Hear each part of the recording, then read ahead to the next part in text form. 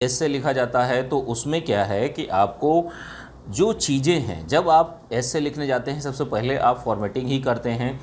ये सोचते हैं कि कौन कौन सी चीज़ें, कौन कौन से जो पॉइंट्स हैं वो आपको ऐड करने हैं, तो उन सारी चीज़ों को आप लोग बहुत ही बेहतर ढंग से करने का प्रयास करते हैं। तो भारत जो आज का निबंध है वो है भारत में बाढ़ समस्या और निदान। तो इन सारी चीज़ों के बारे में आज हम लोग बात करेंगे, ठीक है।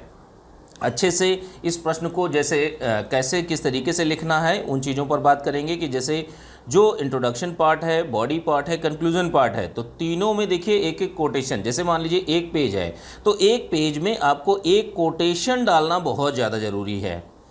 दूसरी चीज़ क्या है कि जैसे ग्रामर की गलतियाँ आपसे नहीं होनी चाहिए। ध्यान रखिएगा, जो ग्रामेटिकल मिस्टेक्स होती हैं तो वो आपसे नहीं होनी चाहिए किसी भी हालत में।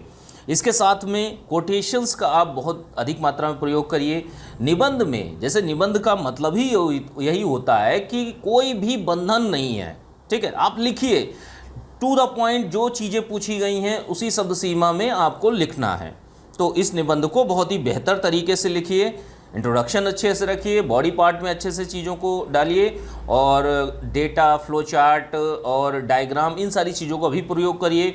जो अच्छे चीज़ हैं, जो पॉइंट्स हैं, उनको भी आप अच्छे से ऐड करने का प्रयास करिए। अन्य कोई चीज़ें इस निबंध संबंधित आपके पास में है तो उनको भी ऐड करिए और अपने जो आपका निबंध है उसको अच्छे से तैयार करने का प्रयास करिए।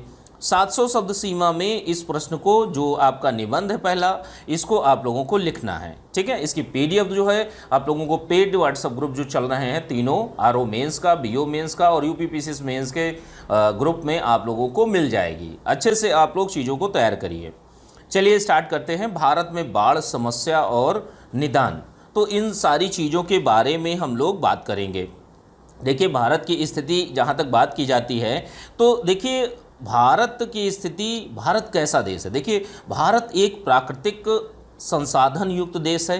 यहाँ पर मानव संसाधन भी है और प्राकृतिक संसाधन भी है, तो दोनों प्रकार के साधनों से संपन्न यह राष्ट्र है। ध्यान रखिएगा, यहाँ पर प्राकृतिक संसाधन बहुत सारी प्रचुर मात्रा में है, देखते भी होंगे आप लोग, ठीक है। और मानव संसाधन जो है, ह्यूमन रिसोर्स जो है वो हमारे यहाँ बहुत ज़्यादा है। हमारे यहाँ जनसंख्या बहुत बड़ी है, लोग बहुत ज़्यादा हैं, कार्यबल बहुत ज़्यादा है, लेकिन एक कुशल मानव संसाधन नहीं है। कहने का मतलब है प्रशिक्षण नहीं है, नॉलेज नहीं है, ठीक है। तो ये सारी की सारी स्थितियां हैं भारत की। अब देखिए भारत इतनी बड़ी आबादी वाला देश, इतने बड़े क्षेत्रफल में आपका अवस्थिति है भारत की, और यहाँ पर देखिए समय समय पर बहुत सारी आपदाएं आती रहती हैं, ठीक है।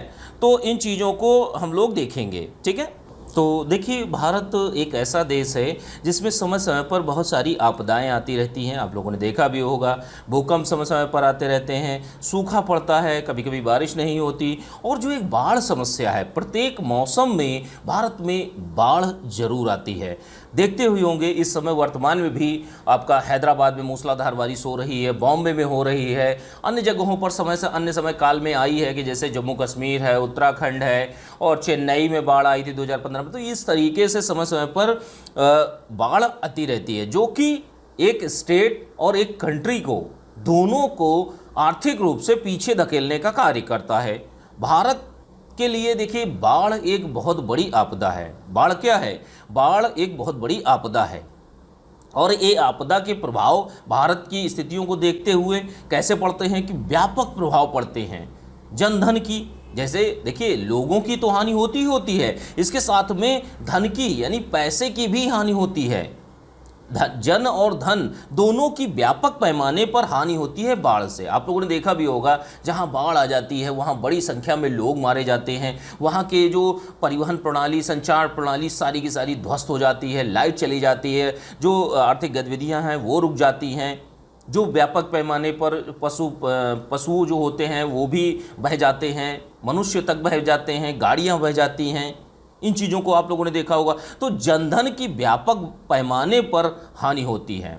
जहाँ तक जो बाढ़ प्रभावित क्षेत्र हैं उनकी अब जब बात कर लेते हैं धीरे धीरे, तो मुख्यतः जो चीज़ें हैं कि जैसे जो उत्तरी क्षेत्र है, ठीक है, क्षेत्रों की जहाँ तक बात करते हैं तो उत्तरी भारत का जो क्षेत्र है यहाँ पर बाढ़ बहुत ज़्यादा आती है। चाहे बिहार हो, चाहे असम हो, चाहे आपका उत्तराखंड हो, जम्मू कश्मीर हो, उत्तर प्रदेश हो, तो हर जगह ये चीज़ें चलती हैं। और अन्य जगहों पर भी आती हैं, बॉम्बे हो गया, केरला हो गया, चेन्नई हो गया, उड़ीसा हो गया, तो ये सारी जगहों पर आती है। दक्षिण भारत भी देखिए बाढ़ से अछूता नहीं है। पश्चिम बंगाल में हुगली क्षेत्र है, बिहार में कोसी नदी क्षेत्र है, असम में ब्रह्मपुत्र नदी क्षेत्र है, उड़ीसा में महानदी क्षेत्र है, उत्तर प्रदेश में क्या है कि जो गंगा नदी का क्षेत्र है ये पूरा का पूरा बाढ़ से ग्रस्त रहता है।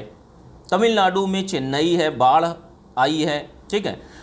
मुंबई में, केरल में, इन सारी जगहों पर, हैदराबाद में वर्तमान में बाढ़ चल ही रही है। आप लोग देख रहे होंगे मूसलाधार बारिश हो रही, बहुत अच्छा खासा नुकसान हो रहा है। पिछले वर्षों की बात कर लेते हैं तो पिछले वर्षों में 2019 में जैसे महाराष्ट्र, राजस्थान, बिहार, असम, जम्मू कश्मीर में जो चीज़ें हुई थी, ठीक है, उत्तराखंड में भी ये चीज़ें, बाढ़ एक बहुत बड़ी समस्या है, जिसके कारण तेज़ बारिश के कारण जो बादल फटते हैं, बादल फटने के कारण जो भूस्खलन होता है उसके कारण बहुत जान और माल की हानि होती है।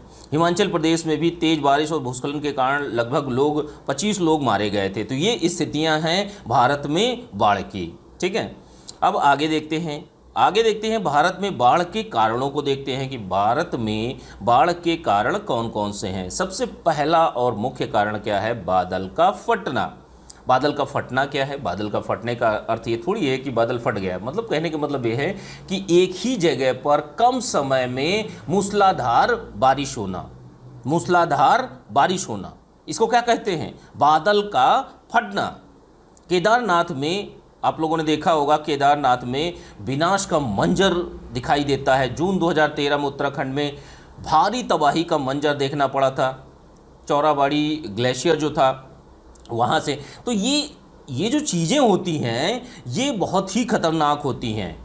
भारत में बाढ़ के कारणों की जहाँ तक बात करते हैं तो दूसरा अन्य कारण जो है वो है नदी का उफान आना, नदी में उफान आना, ठीक है।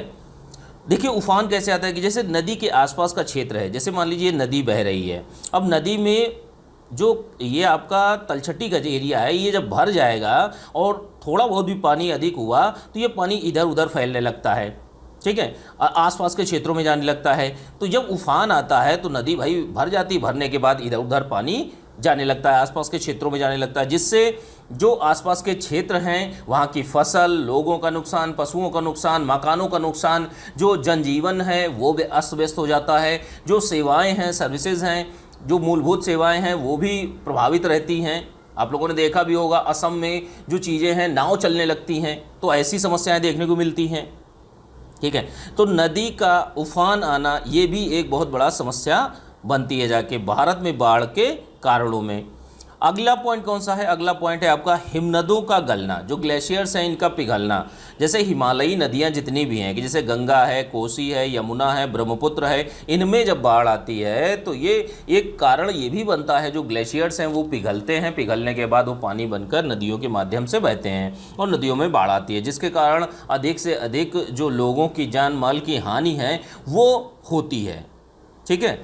और क्या है अगला पॉइंट? क्या है अगला पॉइंट? है आपका बहाव से आई मिट्टी का जमाव। कि जैसे मान लीजिए कोई नदी है, जैसे गंगा नदी को मान लीजिए, गंगा नदी गोमुख से निकलती है, अब निकलने के बाद वहाँ से तराई क्षेत्र में आती है, तराई क्षेत्र से धीरे धीरे मिट्टी को साथ लेते लेते लेते लेते ये समतल ज़मीन पर मिट्टी को छोड़ती चली जाती है।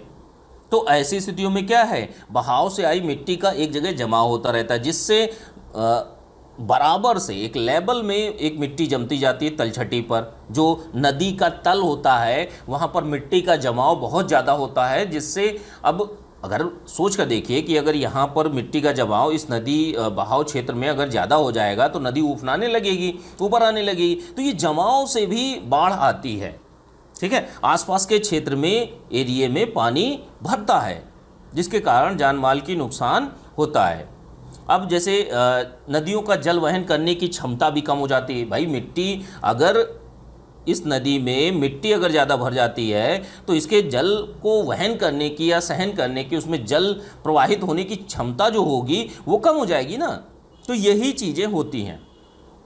ब्रह्मपुत्र नदी में जैसे देखिए, ब्रह्मपुत्र नदी में जब बाढ़ आती है तो 2 से 14 किलोमीटर तक पानी से लाई गई मिट्टी का जमाव हो जाता है, जिसके कारण पानी फैलने लगता है और फैलकर आसपास के एरियो में जाने लगता है, घरों में घुसने लगता है, समुदायों के बीच में जाने लगता है। तो ऐसी चीज़ें आती हैं। ठीक है, अगला पॉइंट क्या है, शहरी क्षेत्रों में भी एक कारण है कि शहरी क्षेत्रों में आखिर जैसे मुंबई जैसे है, ठीक है, केरला जैसे है, बड़े बड़े शहरों में अगर ये जो बाढ़ आती है तो वो क्यों आती है। वर्तमान में देखिए ये बहुत बड़ी समस्या है।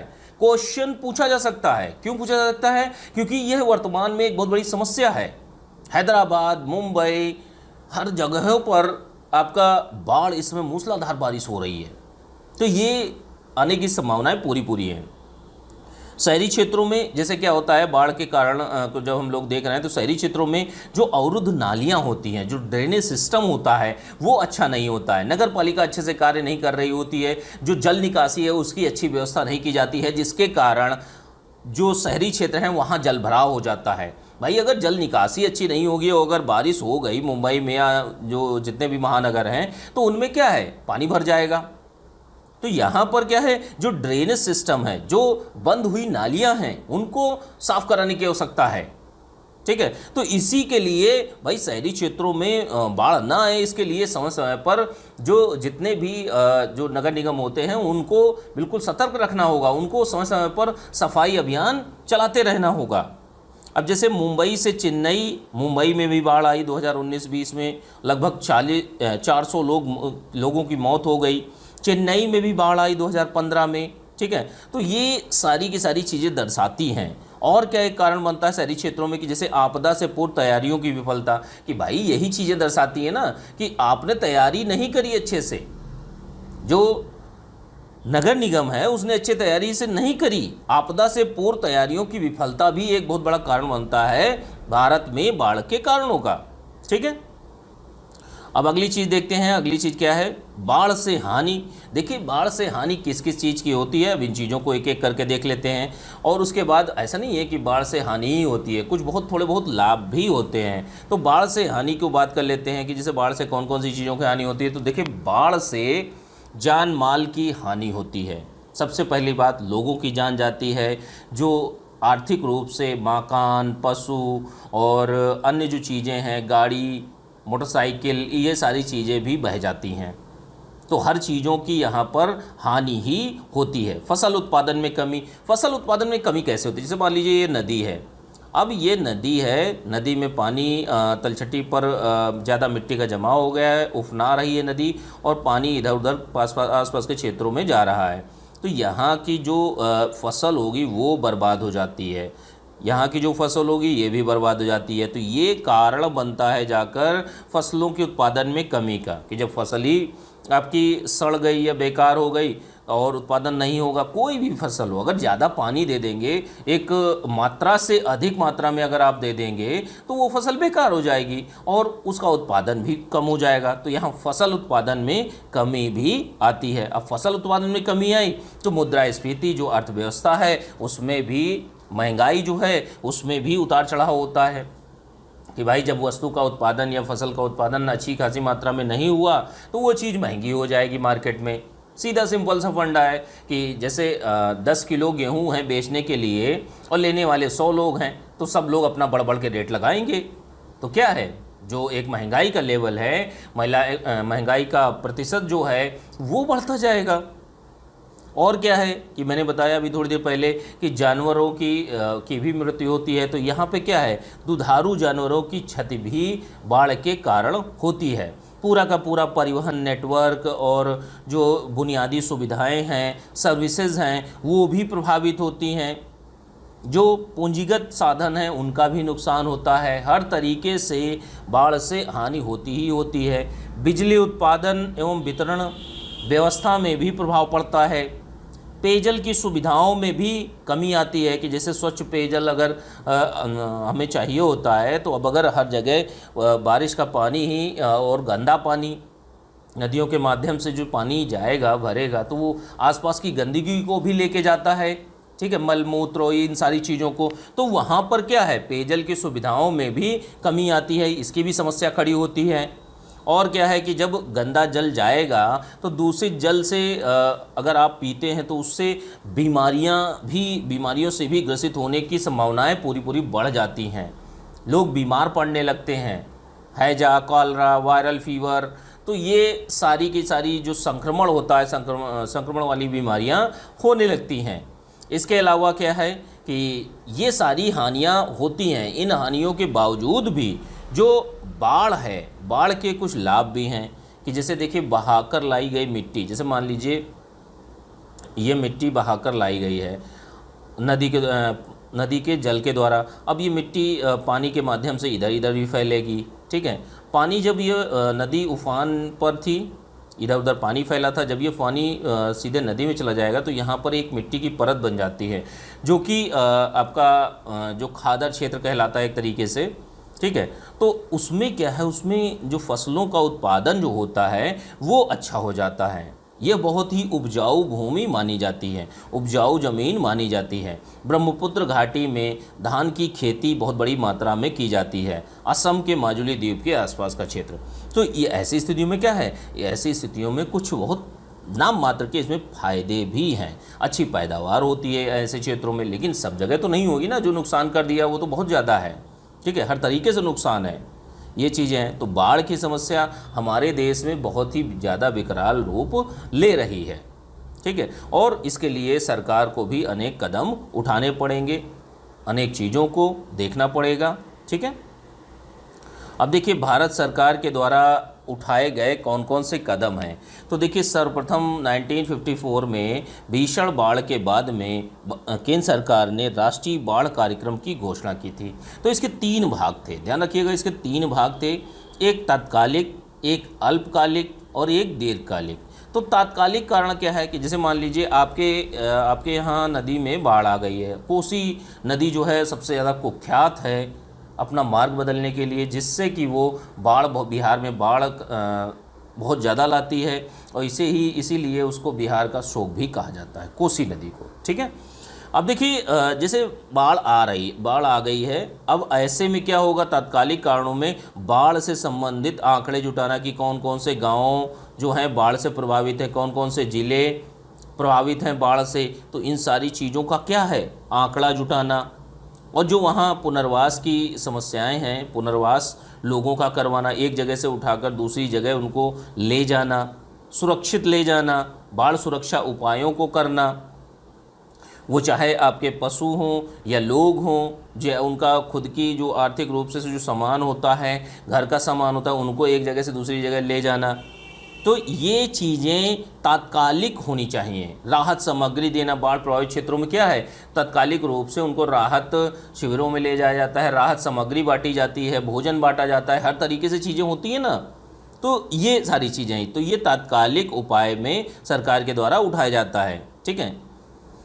और आपदा प्रबंधन अधिनियम के तहत बहुत सारे कार्यों को भी क्रियान्वित किया जाता है। अब अल्पकालिक के रूप में देख लेते हैं कि अल्पकालिक रूप में क्या होता है कि जैसे छोटे समय में जैसे नदियों के किनारे तटबंधों का निर्माण कर दिया जाता